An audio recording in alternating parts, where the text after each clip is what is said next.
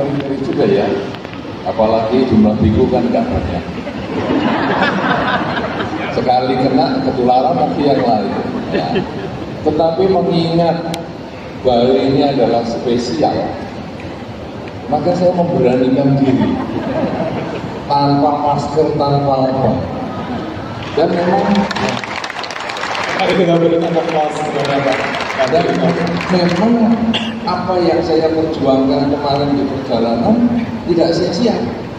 Saya melihat tarian puja yang pertama kali saya lihat, walaupun tadi Ibu Erina mengatakan tarian itu sudah berkali-kali dimunculkan, tetapi saya secara langsung baru melihat hari ini yang luar biasa sekali karya Ibu Erina ini, bagus banget ya. Lebih luar biasa lagi paduan suara 99 itu massal banget ya.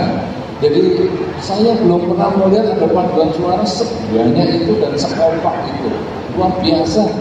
Tepuk tangan untuk paduan suara Ibu sekali. Sehingga saya merasa tidak sia-sia kunjungan saya ke sini untuk melihat ini. Dan ini juga terbukti orang-orang yang datang pun tidak takut. Ya, tidak ada yang pakai masker. Ini luar biasa ya. Semoga semuanya tadi semua kasus ini bisa berlalu sehingga kita di Indonesia bahkan di dunia menjadi sehat kembali, tidak takut dengan sakit apapun juga. Terima kasih Ganti. Audiens adalah orang-orang terpilih. Ya, tepuk tangan sekali lagi Bapak Ibu. Ya, baik. Kita mulai saja. Seperti tadi juga buku yang Bapak Ibu sudah pegang, tujuan kita kali ini adalah untuk mendengarkan beliau dalam satu topik yang diberikan judul Sada yang Tulus Berbuah Parami yang Murni. Nah, beberapa mungkin dari kami ini awam dengan minimal dua istilah itu Bang. Sada, berbuah parami. Nah, sada terjemahan bebasnya keyakinan. Kalau parami kesempurnaan atau puncak kebajikan seperti itu. Tapi apakah benar sepenuhnya seperti itu? Nanti bisa menjelaskan. Iya, sebetulnya paramita ini sebetulnya kesempurnaan ya, yang dikenal dulu adalah disempurnakan oleh seorang bodhisattva untuk mencapai kebudayaan. Sehingga yang dikenal ada 10 paramita. Bodhisattva menjalankan hidupnya dalam 4 asangka kalpa, 100.000 kalpa, yaitu dimulai sejak beliau bertekad, beliau sebagai pertapa Sumedha, kemudian beliau bertekad di depan Buddha Dipangkara bahwa saya ingin menjadi seorang Sammasambuddha. Kemudian Buddha Dipangkara memberikan kesepakatan, persetujuan yang menyatakan bahwa pada satu ketika nanti, pada satu zaman nanti, kamu akan bisa menjadi seorang Sammasambuddha. Nah, sejak kesepakatan Buddha Dipangkara sampai terlahir sebagai Siddhartha Gautama itu melewati 4 asangkya kalpa, 100.000 kalpa. Mungkin Anda bingung, ini istilahnya tambah lagi 100.000 kalpa, 4 asangkya kalpa. Saudara-saudara, satu kalpa ini ada bermacam-macam definisi. Karena ada yang menyatakan begini, satu kalpa itu umur manusia.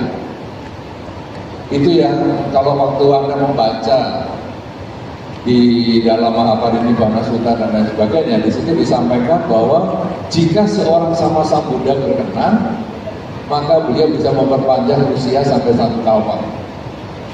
Tetapi waktu itu Bhajananda diam saja, sehingga akhirnya Bodhisattva atau Sang Tathagata menyatakan, oke, kalau begitu mulai sekarang 3 bulan ke depan Sang Tathagata akan parinibbana. Nah, kalau seandainya Bante Ananda itu meminta, ya nanti tolong umurnya diperpanjang menjadi 1 kalpa, itu adalah bentuk usia rata-rata saat itu. Jadi katakanlah itu 100 tahun, jadi menambah usia 20 tahun, karena beliau meninggal sang Buddha umur 80. Kalpa yang paling kecil adalah usia rata-rata manusia. Kemudian kalpa yang menengah adalah muncul dan tenggelamnya bumi. Jadi mulai bumi ini terbentuk sampai nanti kiamat itu 1 kalpa. Jadi sekarang ini masih kita jalani kalpa yang sekarang karena belum kiamat. Kemudian ada kalpa yang lain yang tak terhingga, yaitu seperti biji wijen. Anda pernah tahu wijen? Belum? Onde-onde. Pernah tahu? Tahu. Siapa di sini yang biasa bikin onde-onde? Onde. Saya kira di Batu Ringi ada tuh yang bikin onde-onde. Ya? Di sini ada yang bikin onde-onde. Tunjuk jari dong yang bikin onde-onde. Nggak ada. Nggak ada. Mana? Coba ujung jari yang biasa buat audio ini yang sebelah kanan tadi, ada satu bagian nggak bisa. Mana? Paling penggemar onde-onde. Nah, saudara-saudara, onde-onde itu di luarnya ditempeli wijen. Ya, si pembuat nempeli satu. Ya toh? Betul? Nggak. Iya. Saudara, pakai lem satu-satu. Nah, kemudian dikatakan begini, 1 kalpa yang besar itu adalah kalau ada 1 kotak yang besar sekali, katakanlah 1 kilometer panjangnya, lebarnya 1 kilometer, tingginya 1 kilometer, kurang lebih lah, jadi 1 kilometer kubik, diisi wijen. Anda boleh hitung 1 onde-onde isinya berapa wijen? Pernah tahu? Atau apa? Per.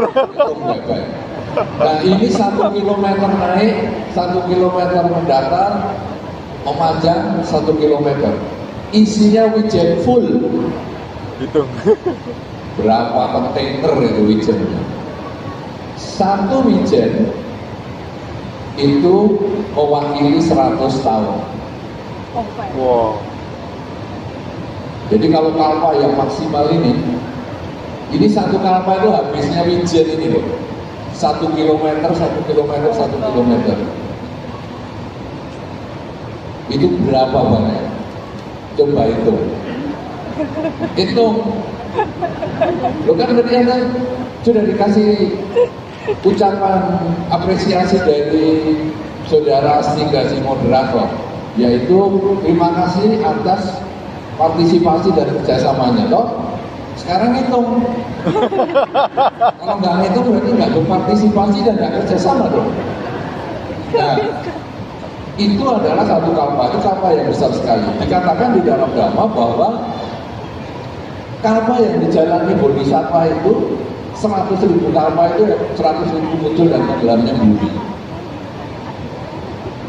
Itu 100.000. Jadi 100.000 kali muncul dan tenggelamnya bumi. Plus 4 asangkya kalpa. Asangkya kalpa yang asangkya, kalpa yang tidak terhingga. Kalpa yang tidak terhingga dikali 4. Bagi Anda yang bisa matematika, tak terhingga S yang tertidur dikali 4. Berapa hasilnya? Tak terhingga. Yang 4 tak terhingga. Ya toh? Nah, 4 tak terhingga ditambah 100.000 kalpa itu adalah sejak tadi menjadi pertapa Sumedha sampai dengan kelahiran sebagai Bodhisattva Siddhartha Gautama. Beliau melengkapi paramita 10. sebagai dasar untuk menjadi seorang sama-sama. Nah, ada paramita yang paling umum dan itu menjadi lagu Buddhis yang cukup ketop adalah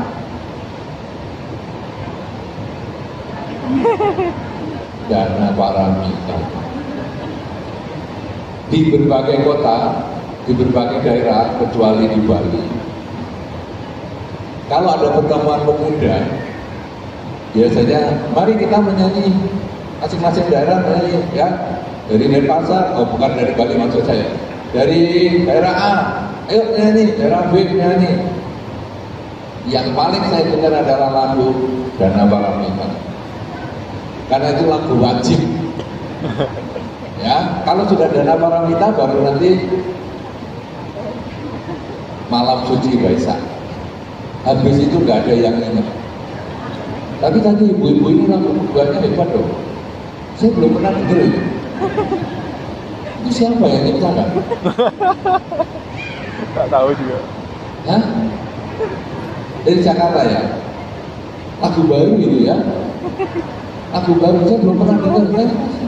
Oh bagus, saya saja belum pernah dengar ya, sehingga kalau salah nadanya saya nggak tahu. Tapi ternyata bagus sekali, sehingga wah, walaupun saya belum pernah dengar, ada rasa yang luar biasa di situ ya.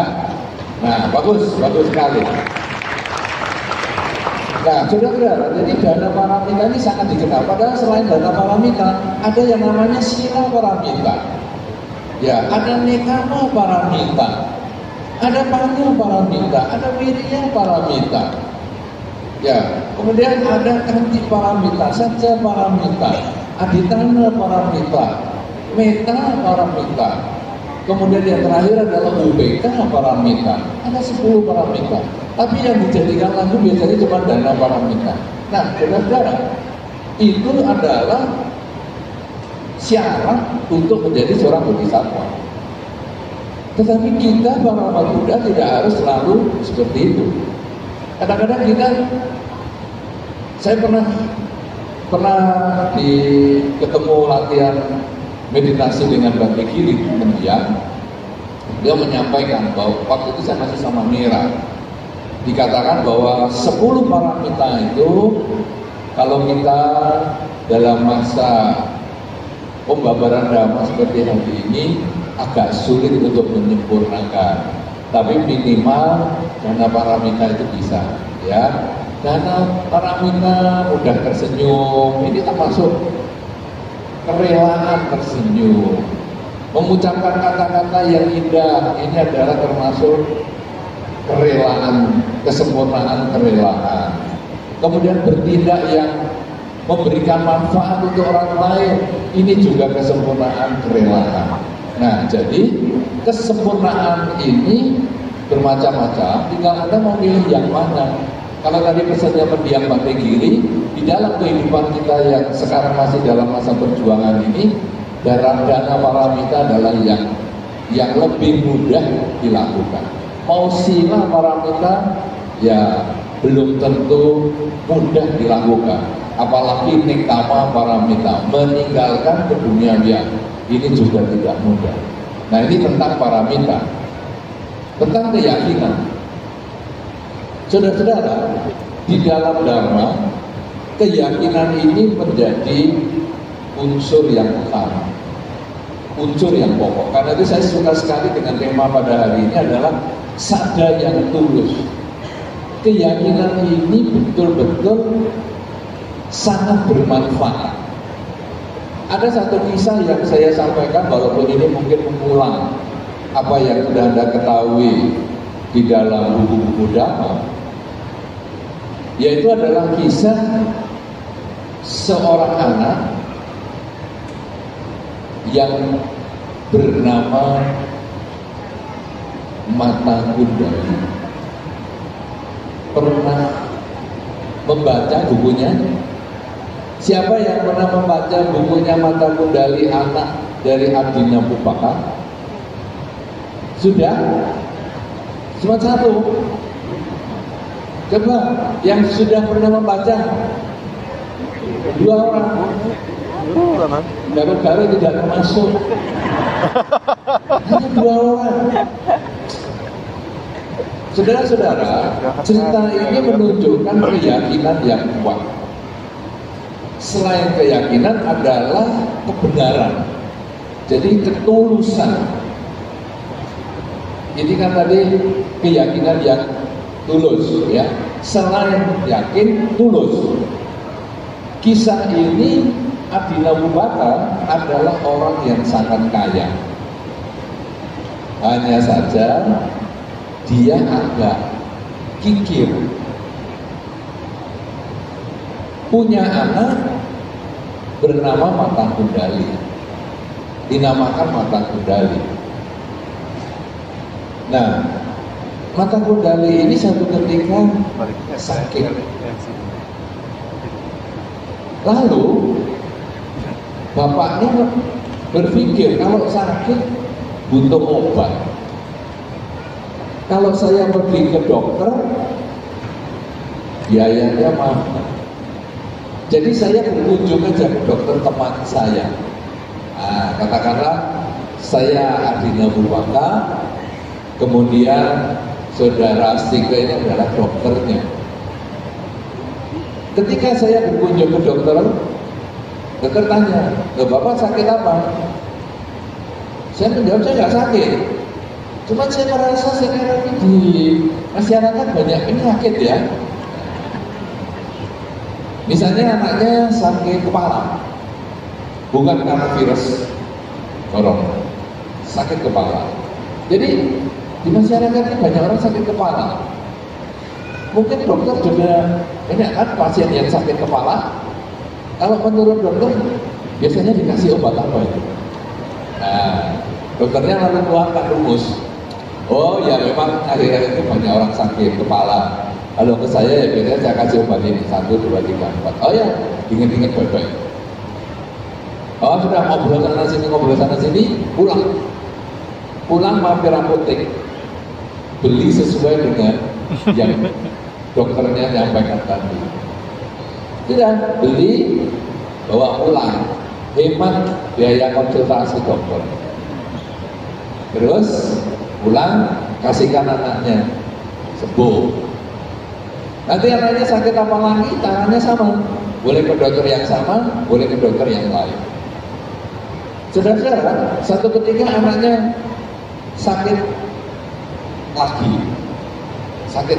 Jadi tanya lagi ke dokter ini, obatnya diberikan nggak sembuh. Wah, dokternya nggak manjur, cari dokter lain. Tetap nggak sembuh. Tambah parah. Sampai akhirnya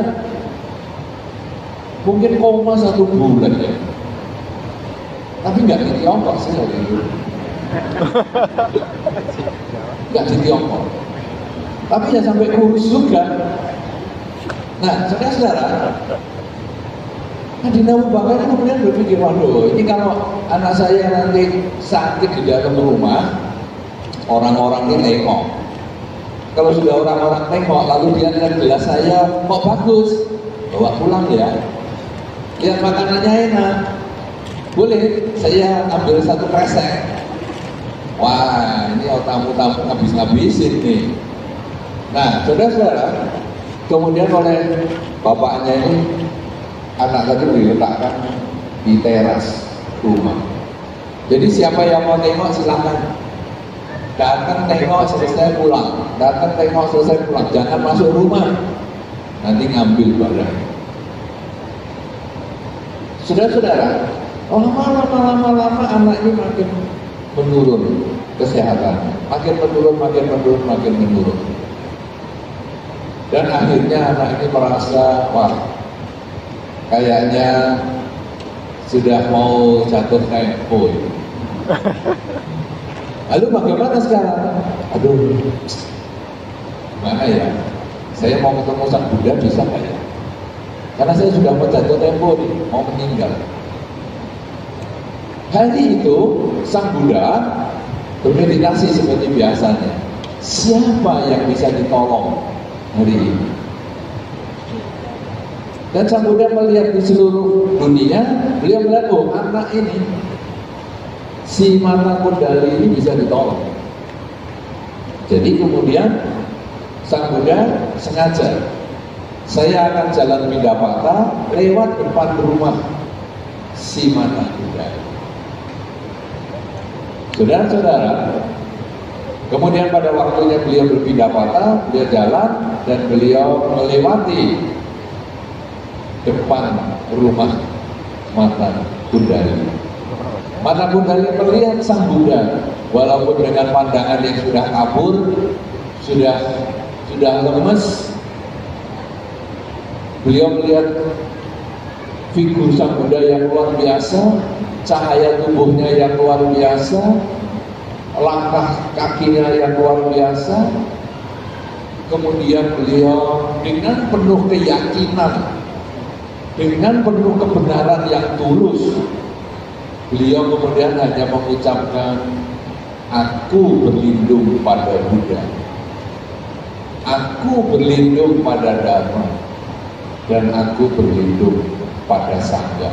Dengan kekuatan keyakinan, dengan ketulusan, dia mengucapkan kalimat yang Anda selalu ucapkan juga. Bahkan ketika tadi tarian pun ada juga Buddha Saranang Gacchami, Dhammang Saranang Gacchami, dan Sanghang Saranang Gacchami.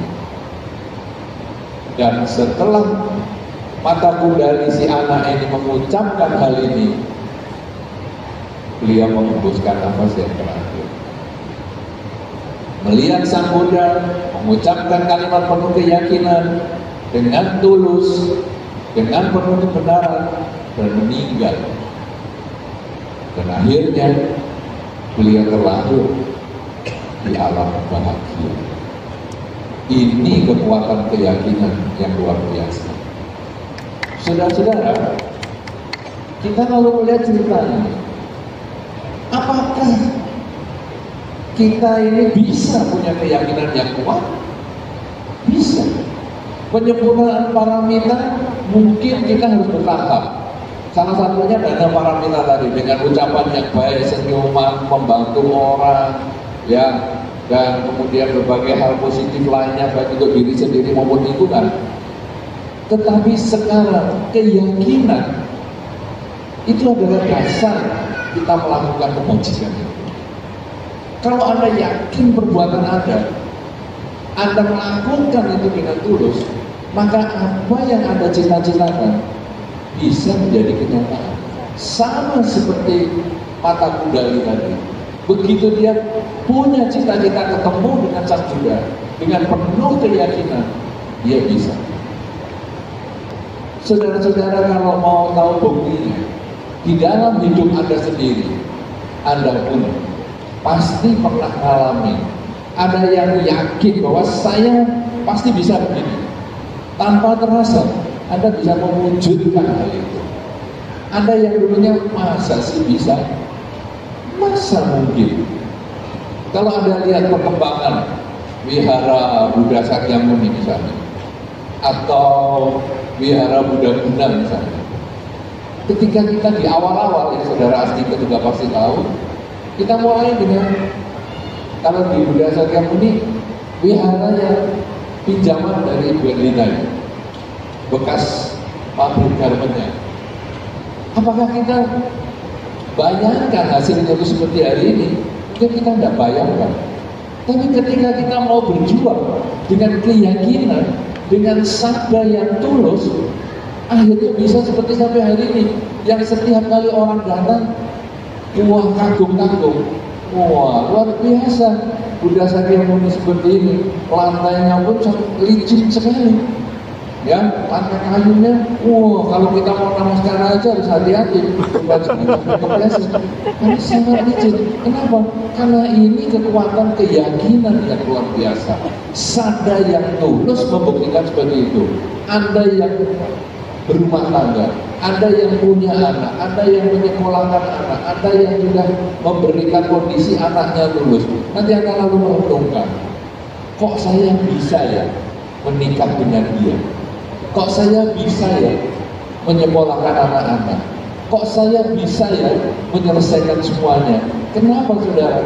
Karena ini adalah punya kekuatan keyakinan yang tulus, yang membuat kita mampu mewujudkan kesempurnaan dalam level masing-masing, paramita dalam level masing-masing. Sehingga dikatakan tadi, sada yang tulus akan menjadi parami yang bermurni. Ya, nah inilah salah satu contoh saja untuk membedakan antara sada dengan parami. Parami tidak akan bisa terwujud, tidak akan bisa terpenuhi kalau tanpa sada, tanpa keyakinan yang tulus. Ini penjelasan pertanyaan kita. Terima kasih Katri. Berikan aplaus lagi. Semoga ini menjelaskan dengan penjelasan dari Bakri tentang sada dan parami. Parami adalah hasil sekali lagi Bakri. Sada adalah landasannya untuk bisa mencapai ke sana. Tadi Bakri sudah menyebutkan salah satu kualitas sada dan tulus. Apakah ada kualitas-kualitas sada yang lain yang bisa membantu kita sebagai umat Buddha untuk mencapai parami itu? Memang jangkanya waktunya kan akan panjang berarti. Tapi seperti pepatah Chinese mengatakan, perjalanan yang paling jauh sekalipun selalu dari mulai langkah yang pertama. Iya, sebenarnya kalau tadi saya sebutkan paramita itu kan ada 10, dan itu sebetulnya realisasi dari sada yang kuat. Jadi kalau misalnya dana paramita, ya ada yang biasa melakukan dana paramita misalnya, dana paramita, sila paramita. Jadi bagi Anda yang kadang-kadang di hari-hari tertentu, misalnya, ini kalau saya cerita lagi, ada orang yang biasa menjalankan Pancasila, kemudian hari-hari tertentu, hari Uposatha, dia menjalankan 8 sila. Di hari-hari biasa ini bukan hanya Pancasila, dia malah kadang melanggar sila. Dia dikatakan pada zaman itu sebagai seorang yang banyak melakukan kesalahan, pelanggaran kesusilaan. Ya, dia juga pembunuh, dia juga perampok, dia juga mencuri dan lain sebagainya. Kemudian di hari-hari Uposatha, tanggal 1, tanggal 8, tanggal 15, tanggal 23, dia menjalankan 8 sila selama sepanjang usianya. Dengan kekuatan keyakinan yang tulus seperti itu, paramita apa yang dia dapatkan? Ternyata setelah meninggal dunia, dia terlahir di alam peta karena kejahatannya. Ya, pelanggaran 5 sila itu dia terlahir dalam peta. Tetapi alam peta yang spesial yang disebut dengan Wemanika peta, yaitu alam peta yang setengah hari terlahir di alam peta, setengah hari berikutnya terlahir di alam surga. Dia terlahir setengah hari di alam peta ini karena buruknya melanggar sila yang kelima sila ini dilanggar. Tetapi setengah hari kemudian dia terlahir di alam surga karena setiap hari Uposatha dia menjalankan 8 sila. Jadi kalau Anda misalnya sekarang dengan keyakinan yang kuat, Anda tinggal pilih, Anda mau yang mana? Apakah dengan dana paramita, dengan ucapan yang manis, perilaku yang baik, ya dan lain-lain, atau sila paramita, menjalankan 8 sila di kehidupan sehari-hari, mungkin hari-hari tertentu, tanggal 1, 8, 15, 23, apalagi Anda tidak pernah melanggar 5 sila misalnya, maka ketika Anda menjalankan 8 sila di dalam kehidupan sehari-hari 4 kali sebulan, itu tentu hasilnya akan lebih baik.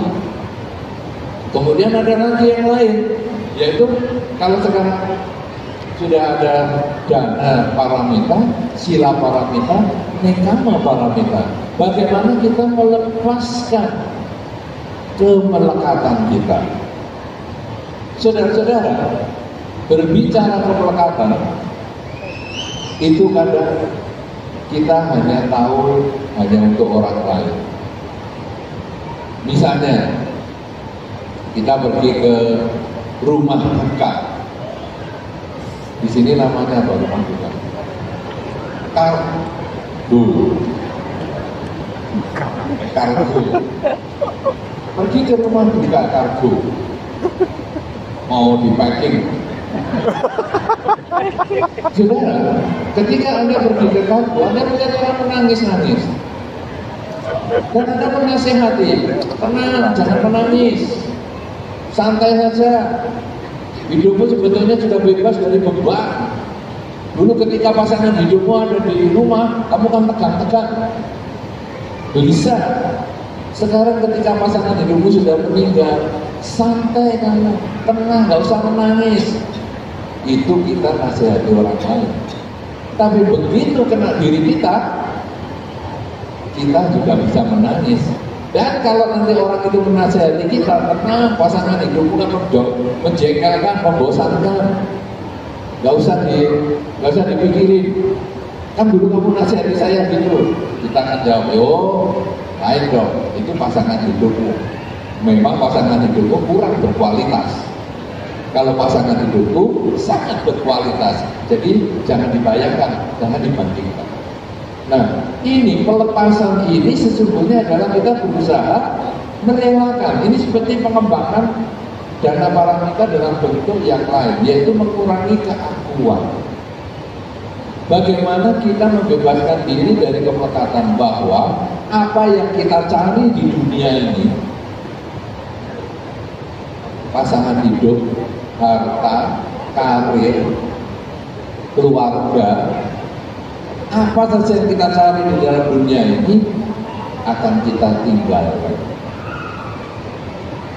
Sedangkan apa yang kita beri itu yang kita bawa. Saudara-saudara, apakah di sini ada yang biasa memberikan sambutan di kargo? Saudara, Astika pernah memberikan sambutan di kargo? Belum. Sambutan bukan ditempatkan di sana fotonya. Wah, ada di sini para pandita yang memberikan sambutan di kargo? Siapa? Satu. Hanya Romo yang lain. Hanya 2 orang. Di kargonya masing-masing ya. Jadi kan ini kan dari banyak tempat. Kargo kan mungkin dari pasar. Ya, tapi kan di daerahnya masing-masing, rumah dukanya masing-masing, ada yang suka memberikan ceramah? Ada enggak? Bagi-bagi seperti apa? Nah, tunjuk jari. Jangan cuma ngomong ada tapi nggak ada jarinya. Ini kesini bawa jari, toh. Coba tunjukkan jari ke atas. Karena nanti tunjuk jari. Sudah balik, tidak pergi. Mana? Tunjuk jari ke atas. 1, 2, 3. Wanita juga. 4. Tidak ada.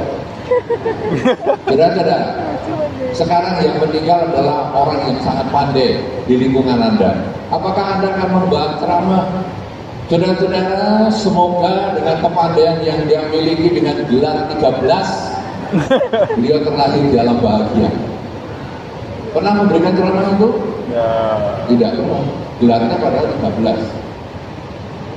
Keluarganya bahagia.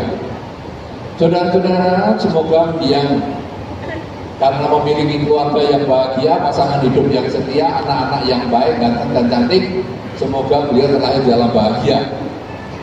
Pernah ada ceramah gitu?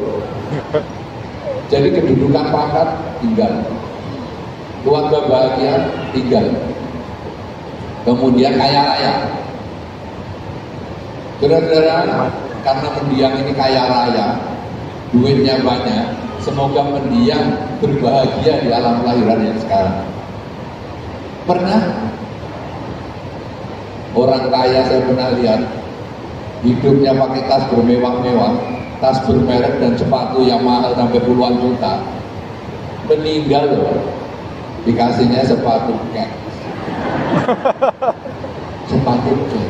Saya tanya, Mana sepatunya yang ada bling-blingnya itu, yang ada Swarovski-nya itu. Ya untuk kita sebagai anak-anak. Ya. Dan ceramahnya apakah mengatakan semoga mendiang yang kaya rayanya akan terlahir dalam bahagia? Nah ini membuktikan bahwa keluarga yang dicari seumur hidup, harta yang dicari seumur hidup, pendidikan yang dicari, karir yang dicari, semua tidak pernah disebutkan pada saat orang meninggal. Tapi yang ada di dalam sambutan adalah semoga dengan kebajikan yang dilakukan semasa hidupnya, beliau berbahagia di alam kelahirannya sekarang. Yang ada adalah kebajikan, yang ada adalah apa yang diberikan ke dia semasa hidupnya.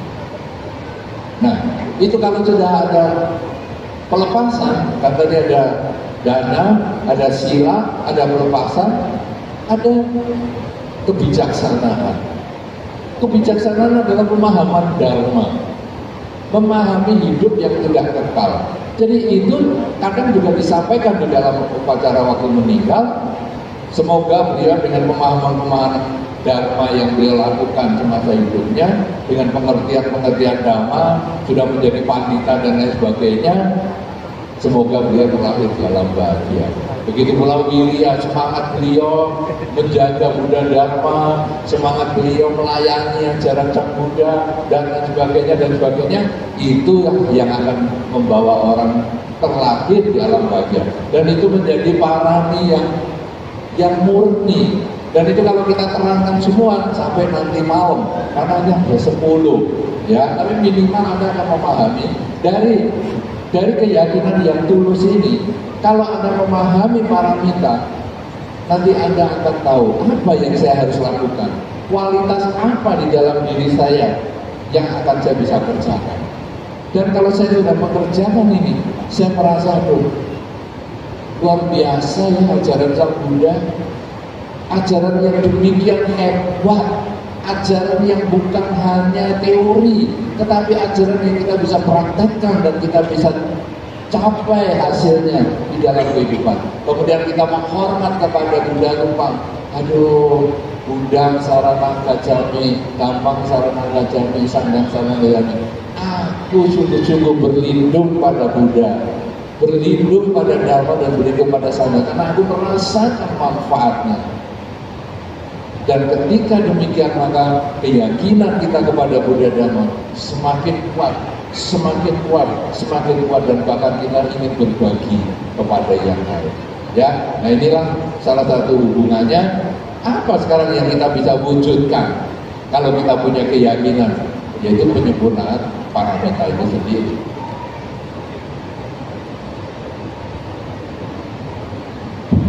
Ya, baik. Jadi parami sebagai sebuah hasil sangat luar biasa ya Bante ya. Tadi Bante menjelaskan bahwa kualitas dana yang kita kembangkan adalah satu tulus, kemudian ada konsistensi ya, dalam perjalanan waktu kehidupan konsisten Bante. Dengan kata lain sangat berharga tentunya kalau sadar kita kembangkan dalam kehidupan ini untuk mencapai parami. Begitu Kak Bante ya? Sangat berharga. Baik, kita kembali ke kekinian Bante sekarang, kehidupan kita sekarang. Menurut Bante, bagaimana cara kita mengembangkan sadar? Mungkin mulai dari menumbuhkan, kemudian merawat, dan menteguhkan lagi sadar, sehingga kita menjadi umat Buddha yang baik untuk tujuan yang luar biasa. Iya, sadar itu dibutuhkan perawatan itu dalam bentuk pelaksanaan. Ya. Anda tidak bisa menjadi seorang umat Buddha kemudian sudah tidak pernah datang ke wihara, tidak pernah dengar dhamma, kemudian tidak pernah baca parita, tidak pernah meditasi, tidak pernah diskusi dhamma. Agak sulit untuk bertahan karena sadar keyakinan kita itu seperti pohon. Dia butuh dipupuk, butuh disirami, butuh dirawat. Pupuknya apa? Kadang-kadang sering kebaktian, sering diskusi dhamma, sehingga kita merasakan orang ternyata bisa ya, selain Selain yang saya pelajari, ternyata ada orang lain mempelajari lebih dalam, sehingga diskusi itu menjadi masukan yang baru untuk dia. Kemudian juga mendengarkan pengalaman orang lain, yang kalau saya istilahkan seperti testimoni. Testimoni itu adalah bagaimana orang merasakan manfaatnya ketika dia mempelajari ilmu. 3 tahun yang lalu, saya sudah pesan kepada Bunda Erlina untuk membuat tulisan berisi riwayat beliau yang sembuh dari kondisi yang tidak nyaman 2 kali dalam hidupnya. Saya melihat beliau pada pertama kali waktu di pabrik untuk bertutup di bawah saja tidak bisa, saya masih ketemu dengan beliau. Kemudian dengan upaya beliau, dengan penuh keyakinan beliau, dia bisa mengalami kesembuhan.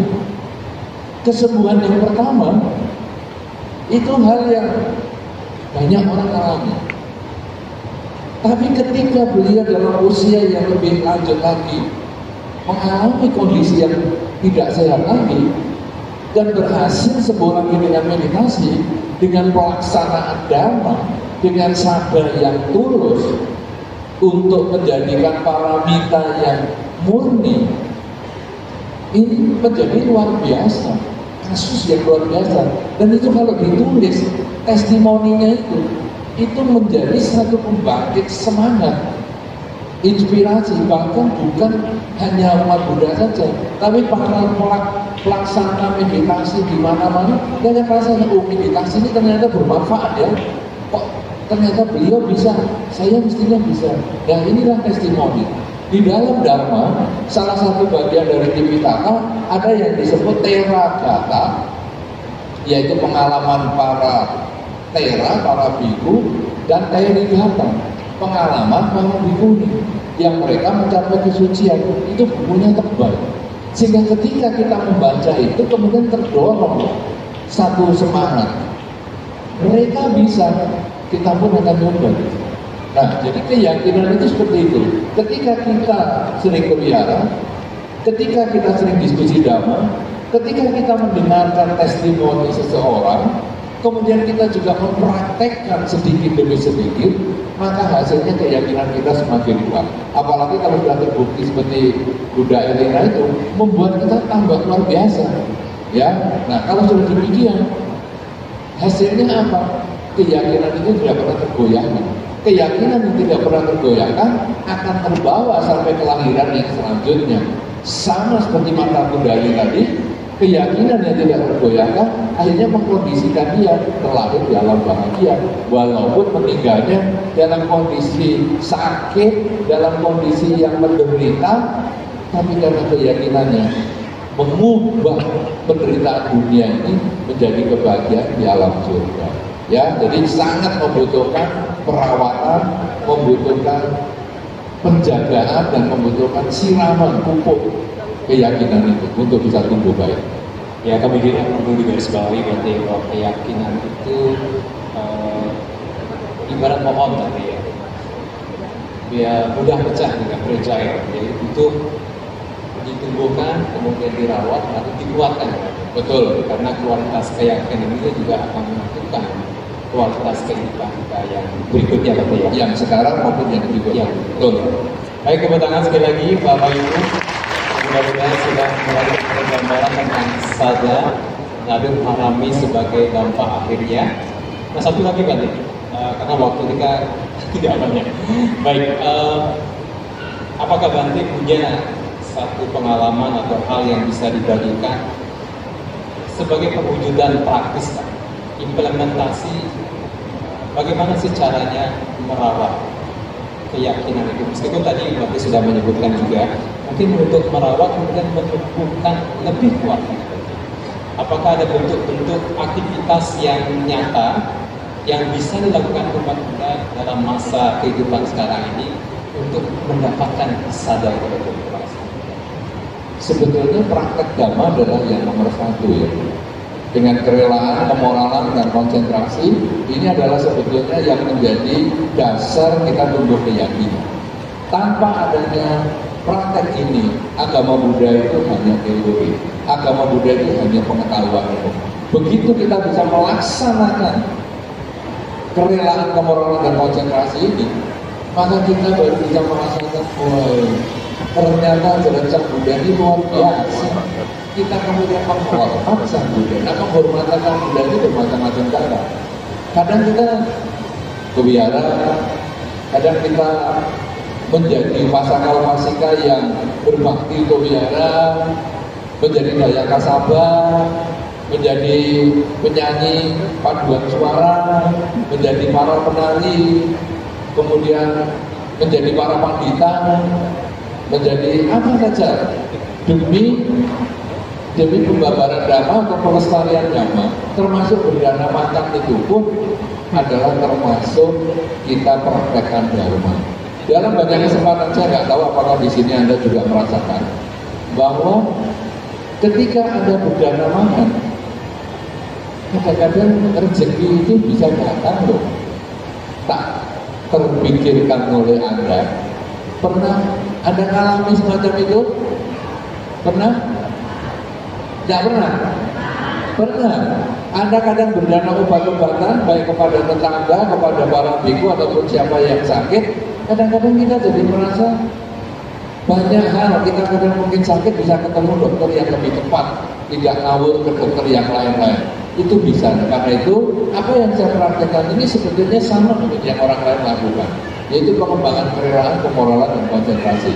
Cuma menjadi biku, kerelaannya menjadi lebih maksimal karena kita melepaskan keduniawian. Kemudian menjadi biku, menjalankan silanya kita lebih maksimal karena kita mempunyai sila yang lebih banyak. Menjadi biku, menjalankan meditasinya menjadi lebih maksimal karena waktu kita menjadi lebih banyak. Tapi sebagai umat, kerelaan, kemoralan, dan konsentrasi ini bisa Anda jalankan sesuai dengan level Anda masing-masing. Dan kerelaan dengan level Anda masing-masing, sila dengan level Anda masing-masing, meditasi pun dengan level Anda masing-masing. Karena nanti apa yang Anda lakukan di kehidupan ini memberikan manfaat di kehidupan ini maupun kehidupan yang selanjutnya. Baik, pemberian dengan sadar melahirkan kebahagiaan ya Pak ya. Sedangkan kalau senang itu kita akan mendapatkan sesuatu. Ya, sifatnya mungkin sementara dunia. Baik, satu hal lagi kan. Kebetulan sebentar lagi kita akan launching program Dharma Yatra melalui Simpang Marami. Nah, kita umat Buddha atau sebagian orang di luar sana mungkin beruntung bisa mendengarkan wejangan dari Bali. Tapi begitu aplikasi, mereka tidak punya wahana, tidak punya sarana bagaimana mewujudkan sadar untuk dapatkan para itu. Apakah Bante bisa melihat bahwa mungkin program Dharma Yatra ini merupakan satu bentuk implementasi untuk meneguhkan sadar? Ya, nah ini tentang Dharma Yatra. Dharma Yatra tadi yang saya sampaikan sebetulnya begini. Seperti kita sudah praktek Dharma, kita merasakan luar biasanya Dharma. Kemudian kita terima kasih, aduh kok ada ya ajaran yang demikian luar biasa. Siapa ini yang temukan? Nah, kita biasanya kemudian kita lalu menghormat kepada Buddha Rupa, ya, menghormat Buddha Rupa. Tapi kadang-kadang kita merasa, ya Buddha Rupa masih belum mewakili sesuatu. Saya mau melihat bagaimana sih kondisinya tempat Pangeran Siddhartha dulu pernah hidup sampai menjadi Buddha Gautama ini bagaimana? Nah inilah yang disebut dengan Dharma Yatra. Kita pergi mengunjungi minimal 4 tempat. Tempat Pangeran Siddhartha dilahirkan, tempat beliau mencapai kesucian, tempat beliau mengajarkan Dhamma dan beliau wafat. Supaya kita nanti jadi lebih menghayati. Kalau tadi yang saya sampaikan, setelah kita yakin, kita berterima kasih, kita berkunjung. Tapi ada sebaliknya, kita berkunjung dulu sehingga menimbulkan keyakinan bahwa ternyata Sang Buddha ini bukan tokoh tokoh buatan, bukan tokoh imajiner. Saudara-saudara, kalau Anda pergi ke India, siapa yang di sini pernah pergi ke India? 1, 2, 3, 4, 5, ya lumayan. Anda nanti bisa bayangkan, karena di India hari ini kurang lebih masih sama seperti 3000 tahun yang lalu. Ya, jadi lalu Anda lihat tempat Pangeran Siddhartha lahir. Kita lalu lihat, oh ini toh yang ada pilarnya ini. Dulu Ratu Maya berdiri di sini. Ketika Pangeran Siddhartha itu lahir, kita kemudian merasakan kadang-kadang keharuan yang luar biasa. Walaupun mungkin kita baru mengenal agama Buddha, walaupun kita baru mengenal Dharma, tapi begitu kita mengunjungi tempat itu, ada keharuan. Sampai tanpa terasa menetes air mata. Sampai keluar air mata, aduh, luar biasa ya, ada manusia hebat seperti itu. Kemudian kita pergi ke Bodh Gaya. Kita sebelum ke Bodh Gaya, kita menyeberang sungai yang sekarang sudah menjadi pasir menuju ke Sujata Temple. Tempat Sujata memberikan susu kepada pertama Gautama. Lalu kita di situ diam, kita membayangkan situasi pada itu, bisa meneteskan air mata. Ada ya perjuangan orang seperti itu hari itu. Dengan berbagai macam kesulitannya, muncul keyakinan kita kepada Dharma. Kemudian dari Sujata Temple kita kembali ke Bodh Gaya, di bawah pohon Bodhi. Kemudian kita lalu merenung, ini tempat dulu Pangeran Siddhartha bermeditasi semalam suntuk dengan marah dan lain sebagainya, dan beliau mencapai pencerahan. Itu juga bisa meneteskan air mata. Tidak tahu dari mana, tapi tahu-tahu keluar air mata. Tidak tahu dari mana, tahu-tahu bisa kebentur badannya, karena merasakan ada kedekatan antara sejarah dengan kenyataan dan pengalaman hidup kita. Kemudian kita di Bodh Gaya itu kita lalu berjalan melihat apa yang dilakukan oleh Sang Buddha setelah mencapai kesucian pada minggu pertama, minggu kedua, minggu ketiga, minggu keempat, minggu kelima, minggu keenam, minggu ketujuh. Lalu kita merenung, bahagianya ya dalam hidup ini kita masih bisa melihat tempat-tempat yang dulu pernah dipakai oleh Sang Buddha, dan itu real, bukan imajinasi dari seseorang. Kemudian kita setelah dari Bodh Gaya, kemudian kita pergi lagi ke Taman Rusa isi Patani. Lalu kita merenungkan perjalanan kita dengan bis itu aja membutuhkan waktu yang lama.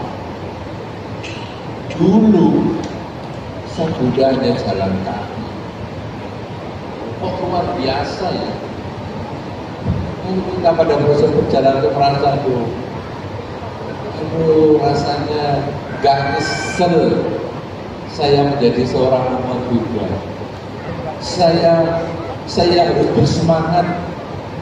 Kalau saya umat Buddha, saya berani menjadikan Sang Buddha sebagai guru. Saya harus seperti sang guru semangatnya. Dan kemudian kita berjalan pelan-pelan, kemudian melihat tempat Sang Buddha mengajar Dhamma yang pertama, melihat stupa tempat Sang Buddha mengajar Anatalakkhana Sutta dan lain sebagainya. Kemudian kita lalu merenung, aduh, demikian indah yang kita baca di buku riwayat Sang Buddha sekarang nyata di depan mata kita. Luar biasa sekali. muncul satu perasaan yang tak bisa dibayangkan, hanya bisa dilaksanakan dan baru bisa dibuktikan kalau kita menjalankan sendiri. Kalau dari kita hanya tahu, luar biasa. Dan akhirnya setelah dari Taman Rusa Sarnat, isi Panama itu, kemudian kita pergi ke Kusinara. Di sana melihat stupa tempat Sang Buddha dikremasi. Timbul lagi kesedihan, timbul lagi bayangan di dalam batin. Aduh, zaman dulu Sang Tata berbaring di sini dengan beralaskan jubah, dengan berbantalkan sanggatinya, kemudian beliau berbaring dan beliau mengucapkan pesan apa yang masih diragukan, karena sekarang sudah tiba waktunya Sang Tata akan parinibbana.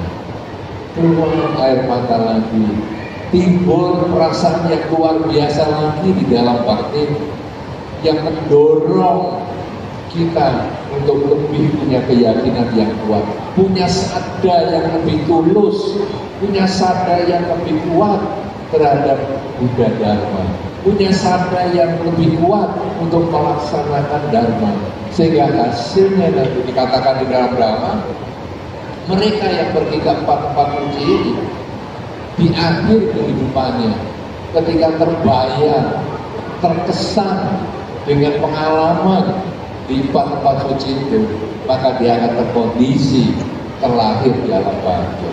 Karena itu program ini tentu sangat baik untuk kita jalani, kita ikuti, yang tentunya akan memberikan manfaat untuk kita, membangkitkan sadar yang tulus terhadap ajaran Sang Buddha di kehidupan ini. Bahkan mungkin di kehidupan yang akan datang pun kita akan terkondisi untuk tetap menjadi seorang umat Buddha dan tetap melanjutkan pelaksanaan Dharma di dalam kehidupan yang selanjutnya sampai mencapai pencerahan.